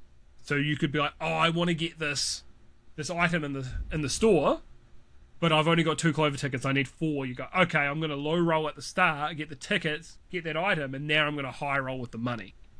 And there's like an interest mechanic, so you don't want to be taking the interest. You just want that to keep accruing if you can help it, and just keep it going, right? Because if you don't get enough money, the floor opens up and you fall to your death. And yeah, so once you unlock the drawers, anyway, when you start a run, if you lift something in that drawer, there'll be a human body part in there, which is a modifier that you put on your cash register. These things will increase chances as well. Some of them of like the number 666 coming up and you losing all your money. And once you win a round, the telephone rings and you talk to the person on the phone and you get a buff. And sometimes it might be like increased chance of these deals happening. However, we're going to make diamonds come up more. And you go, yeah, I do like diamonds, bro. I do like diamonds.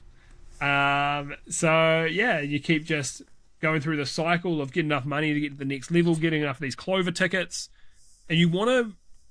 A cool mechanic is because it would make more sense in a way to go, I'm not going to put all my coins in now because I want to have an extra round so I can get more coins. However, if you finish early, you get an additional bonus amount of coins, which usually is less than you get if you played the other round. However, you will get more clover tickets, which means you can buy more shop items, and you go, okay, well that's worthwhile because I want to get these modifiers that'll be like, your diamonds are worth more, or ones that it's like if you press this, there's a button on the register, or Jesus, I think of the cash register on the slot machine, and you press it once you've got these certain trinkets, and it's like, oh, this is going to mean sevens are going to come up more often for this round, but it's got like a charge on it, and it's going to take you 4 rounds to get back to your charge up again. So yeah, it was a lot of fun. It's definitely a game you play while you got something on the side monitor.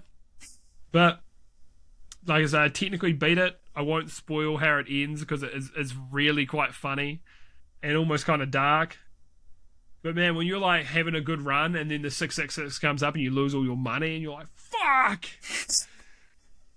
Yeah, it's good fun. There's an achievement. I didn't get this one, but for losing $1 million in one go. Dang. But yeah, it is actually a lot of fun. I do recommend it. Get it if it's on sale or if you got Game Pass. But yeah, another game I was playing just briefly, but Legend of Bumbo, because since Script bought it for Steven, it is kind of like Bejeweled or Candy Crush, but with boss fights and with poop and piss and boogers instead, because it's Edmund McMillan and it's kind of grotty. The characters all have unique abilities, like the first character, which I think is Bumbo, is like super basic. Yeah, when you get bones, it's like, oh, now you've got a move that just deals damage. You're like, oh, cool. And you've got just one that's like you spend the teeth, and then the teeth are like you shuffle the board, because these are the things you're just kind of matching up. And then you've got other characters that are like one that's like, oh, it pins like, oh, I'm going to remove one little icon from the board, so it'll drop everything down, but you also get that in like your mana pool, which allows you to use your spells, abilities, things like that. So, and it's a move when you use it starts off as 1 damage, the next time you use it's 2 damage, 3 damage, 4 damage, so on until you clear the room. So it just stacks up really, really high. And then once you get through the waves of enemies and you beat the boss, you got your coins to spend at the shop, and you could spend 15 coins, you could get 20 coins. Like, cool. I'd never had this before, but I got my 15 coins from the slot. I'm like, cool. I ran it again. I got 20 coins. I'm like, wicked. Ran it again, got 20 coins again. I'm like, fuck yeah. So I just made 10 coins. And then you'll get ones that is like your puzzle pieces deal more damage, which are the generic when you get 4 in a row and connect those up. It's like, cool, that'll deal more damage. Or you'll get ones that are like your spells deal more damage. So that one that starts on dealing 1 damage and 2 damage will just start at 2 damage. Things like that. You'll get more health. Yeah, it's got a lot of the Binding of Isaac kind of sensibilities, like the Soul Hearts, which is like temporary health, or Red Hearts, which is standard health, which you can heal back. But it is just like, it is fairly mindless, but you are looking at a puzzle board and you do have to kind of think, oh, if I move this one down here, then I can get these two to drop into place, and so on. It's just a fun little game to play on the side while you're just kind of chilling. So Yeah, I definitely recommend it. Edmund McMillan is my goat, or one of my goats. Him and Miyazaki, those are my dudes right there.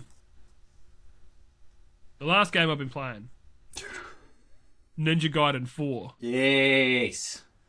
And unfortunately, Stephen, it's okay news.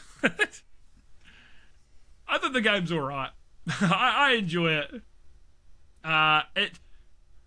It is very much Xbox 360 era game, like through and through, which isn't a bad thing. But it's a game I like to play for about 2 hours, and I'm like, okay, it's enough for me for now. There's a lot I really like about it. The visual style as well is great. The music is excellent. It's very, very flashy. I've been fighting the camera a lot on this game, even more so than I do on the Souls-likes. I've actually found later levels, and maybe it's because I've got my bearings a bit better. I've been having less issues with it. But early game, I was really struggling with the camera. It was like kind of clipping in half the ground, and I'm like, what am I looking at? My face is on a fucking wall and shit. And there were times where I had auto lock on because I generally prefer the auto lock on this game. But there was time there were all these flying enemies, and I just couldn't target the right one. I was like, I got to turn this off and then fight them, and then I turn the lock back on. But overall, the combat is really fun. I've only just got the 4th weapon, so I haven't actually used it yet, but I've just unlocked it now. But I really like the spear. The Ninja Tools what kit? Is it? It could be, yeah. So, what are the weapons you got? You got dual katanas, you got the spear, you've got, what's the third one? The pole that turns into the hammer, which I thought was cool as well. Probably my second favourite so far. And I will use that other 4th weapon, but I am really liking the spear. The spear seems to suit my playstyle a bit better. I'm normally a big heavy weapons guy, but this suits you being fast and just being able to use you rev it up and just hits people, and it just fucking destroys them. Really good single target damage. Minces them. Yeah, I like that weapon a lot. It's very cool. I like the with the store, and you've got your other ninja guy who always. Look, they should just have him there. Oh, I'd have to talk to a raven every time and then watch an animation of a man jumping out of the shadows. Yeah. I know part of it is like being very extra. There's segments of the game when you're riding on like a badass surfboard, essentially. Yeah. There's different parts. There's parts where you're rail grinding. There's parts where you're on these gliding things and grappling hook stuff, and the wall running is awesome. There's a lot of cool stuff, but I'm like, it's like... Overall, man, it's alright. It does a lot well. It does more well than it does bad. But I play the combat stuff, and levels feel a little long for what it is as well. I feel like we didn't need to draw this level out for another. You could have shortened this by about 5 minutes, and it would have felt Trim the fat. Probably right. Yeah, but it's not a bad game by any means. But it's like one of those like this is a good like 7.5, 8 out of 10 kind of jobby. You know, like it's. And that's okay. Absolutely. I was playing Space Marine 2 with the boys recently, and that is by no means like a truly exceptional game, but it's very good. It's similar energy to this.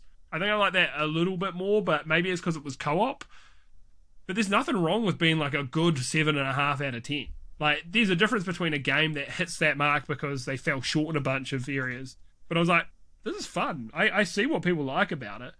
But in the current day, I need a little more. But there's nothing wrong with it. It's just that Xbox 360 era game design, which I do enjoy. So, yeah. Not hating. I will be back to it. I will finish this game. Oh, also the story is fucking garbage. Yeah. Yeah. I've said before, it doesn't matter that much, but it's like, we have to kill, is it the Black Dragon? Yeah. Black and Dragon. Every Lord. time they talk about it, we got to kill the Black Dragon. Or we got to do this. And yeah, it's almost like that. I think that works for the type of game it is as well. Like, it doesn't need to have a serious story to go around kicking ass. Slicing shit. Yeah. Oh, dude, though, the mechanic of once someone's limbs cut off and then you do the execution, dude, that's so fucking sick. That's quite satisfying. Yeah, like, I think this might have...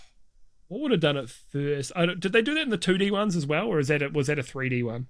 I'm not sure, but I know that the purpose of it is I was having it a lot in Ninja Gaiden 2 and 3. If you cut off someone's limbs and... Oh, sorry. 3, Razor's Edge, because original Ninja Gaiden 3 didn't have this. It didn't have dismemberment. You can dismember someone and they won't die, but there's chances that they'll crawl to your body, jump on you, and do like explode themselves. So that was fucking me up so much early, bro. I kept getting exploded by these dudes. I'm like, what the fuck has happened again? And then I just realized you need to just watch until you see a little blood, and then you immediately press Y. You go, bam, bam, go to Y immediately. You need to kill them as fast as possible. You can't have them linger, or they become a problem. Yeah, so I like that, dude. The blood and the violence in it is so fucking good with the dismemberment. It's so good, man. Like, Rose as well, like Gears of War chainsawing people in half. You're like, oh, dude, this fucking rules. That part of it is like scratches 10 out of 10. It's 10 out of 10 on that for that dismemberment stuff. Really fucking good. Like, the visual spectacle of that part, amazing. And it's so cool that the camera pan for it and everything, and then it's like back into combat immediately. You're like, great. It doesn't overstay its welcome every time it happens. You're like, awesome. So yeah, there's some really, really good stuff in there. I think as well with that, I think I'm more of a 2D Ninja Gaiden fan. I think I really, really liked Ragebound a lot. I think that was more my thing, but this definitely has a place. I definitely like it. I'm definitely going to finish it. So I'm sorry when the other day when you're like, oh, what do you think of it? And I'm like, save it for the pod. I was like, I don't want to break this man's heart now. But no, it's definitely fun. I definitely get what you like about it, you know. All right, what do you got for me, Stephen? Not much. Just going back to a bit of Cyberpunk. Bought the Phantom. Oh, a bit of CP. You love CP. I hate when people abbreviate it to CP. Just call it Cyberpunk. We don't need to do this. We're not hard. Don't do it. It's not a long name. It's literally 3 syllables. Cyber. No, been chipping away at the Phantom Liberty DLC. It's great. It has one of my favourite actors, Idris Elba, in it. We're doing like secret agent missions together. Cool. Enjoying it. I very much love Cyberpunk and overall. I'm so glad I waited.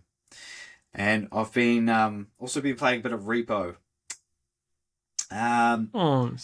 Yeah. It's real. I'm just like, oh, I'm learning.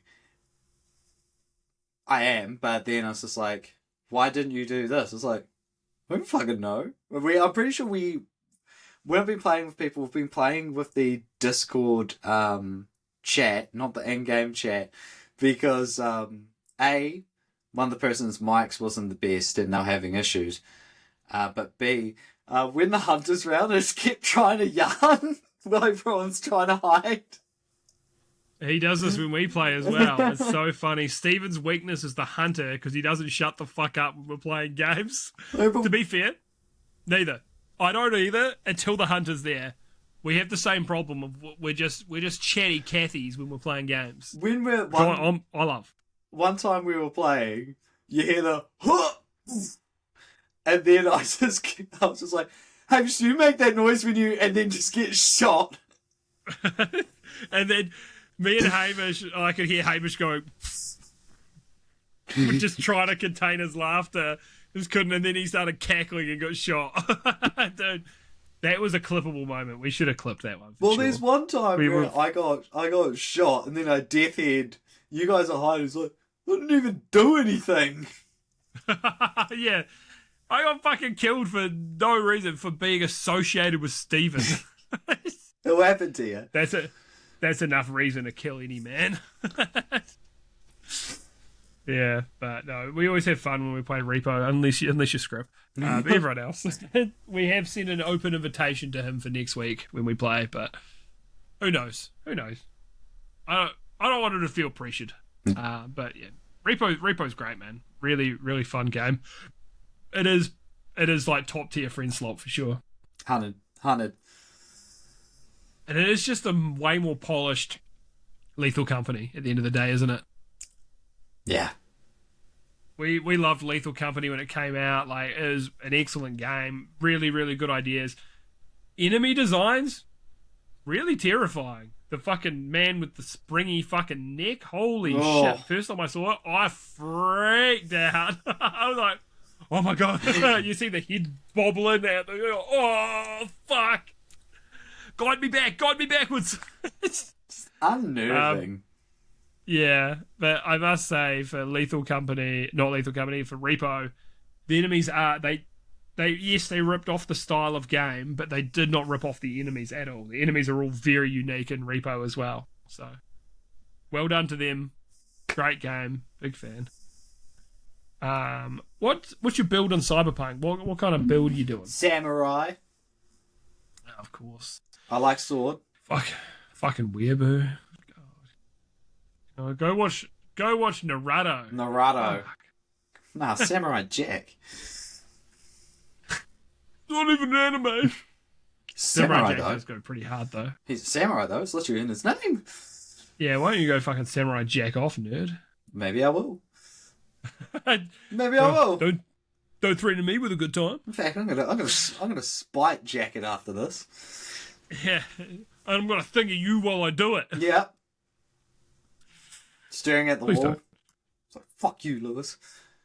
You fucking hate that I'm doing this right now. Bet you wish you could beat your dick like this. I'm a seasoned veteran, mate. No one beats their dick quite like I do. God. All right, I've got a Steam review. Oh, any other games? No, that's just those two. Wicked. I got a Steam review for you. 99%. Well, 99% of people stop right before they hit it big. Don't let that be you. That was about Clover Pit, and that was by Juicy Slopper. I saw the review. I'm like, oh, it's a fun review. It's the every gambler stops just before their big win, kind of meme. But Juicy Slopper, I was like, well, I've got to include that. What do you got for me, Stephen? Mine is Repo. Is from it's either pronounced Zarathan or Zarathan. $10 is amazing price for the experience. Hopped in, asked question, got told to shut up. Guy who said shut up got shot in the head and exploded. 10 out of 10, excellent game. Dude, if the hunter was just there, I wouldn't be telling them to shut up. I'd just let them fucking die. Yeah. I'm a worse person than that guy, but fuck it. I'll be living on unless I'm standing too close to Steven and get shot for no fucking reason. Yeah. I like the hunter. I mean, the hunter's an annoying enemy to verse, but I like the hunter just a blind old man. With a gun for a cane. But you know what? I don't give a fuck if I go blind. I don't look at the price tag anyway. Man, I fucking love Dracula Flow. I think that's... I know there's technically a better quotes, but I think that's my favourite one, because I'm like, that's such a fucking baller line. It's like, that goes so hard. There's more crude and there's more obscene lines, but I'm like... And more absurd as well, but I'm like, oh, dude. That bar just fucking hits for me. I could imagine that in an actual, rap song. Hits. Yeah. Yeah, I'm moving different, but, this shit ain't nothing to me, man. All right. That's going to conclude episode 27 of the No Scraps podcast. And please, drop us a like, drop us a sub. Just drop us a comment. I know. Tell Stephen he looks pretty today. Please. I don't hear it enough. He just got a haircut. And... It looks the same. Nah. It looks. It definitely looks. That's someone saying, I thought you were getting a haircut. It's like, I did! Yeah. Like when women get a haircut and you didn't notice. You didn't fucking change anything. Yeah. And they're like, what do you mean? I didn't have a haircut in 3 years. And you're like, yeah, you cut off that much hair out of that much. Well, what am I supposed to notice? It's like when people say I remember a girl saying to me, it's like, oh, I'm going to cut all my hair off. I was like, interesting. And they just get a bob. And I was just like, that's not cutting all your hair off. And it's like, yeah, it is. It's like, no, I was expecting like skins. Yeah, I was expecting at minimum a buzz cut. Yeah. It's like, that's our bob. It's like a number 2 summer cut, mate. What are we talking about? It's like, and I was like, no, it means it's a big deal when a girl cuts her hair. So it's like, I've had long hair too. All Yeah. right? I had long hair. Nobody fucking cared. Fuck you, bitch. Actually, a lot of people care. The amount of times I like I'd be trying to walk at school, and someone would just be like, stand in front of me, and start like, because I had real ringlety hair, they'd like gently pull it to see it bounce in face, and I was like, you fuck off. Yeah, that is stuff people care about though when you're youthful. Yeah. Yeah. Now look at this. I gotta get a mop chop, man. Look at this shit. It's fucking too much. Look. I know as well. You have way more hair than me. I understand, but it's too much for me. Look, it moves, mate. It moves. It shouldn't do that. It's supposed to just sit in place and behave. Anyway, yes, but please do the thing Stephen likes. And you know what? There's a good chance, mate. There's a good chance we might catch in 2 weeks. Yeah. And if we don't, well, I died in a fatal car accident. And look, please make the most of your lives. And please. I won't be there because Lewis didn't send me a text saying we're going live tonight, and I'll be like, oh shit. Yes. Stephen's just like, oh, maybe we'll do it another time, and not knowing I'm dead, I'm just like, it's fucking bleeding out in the car. All right. Anyway, we'll catch you on the next one. Peace. Peace.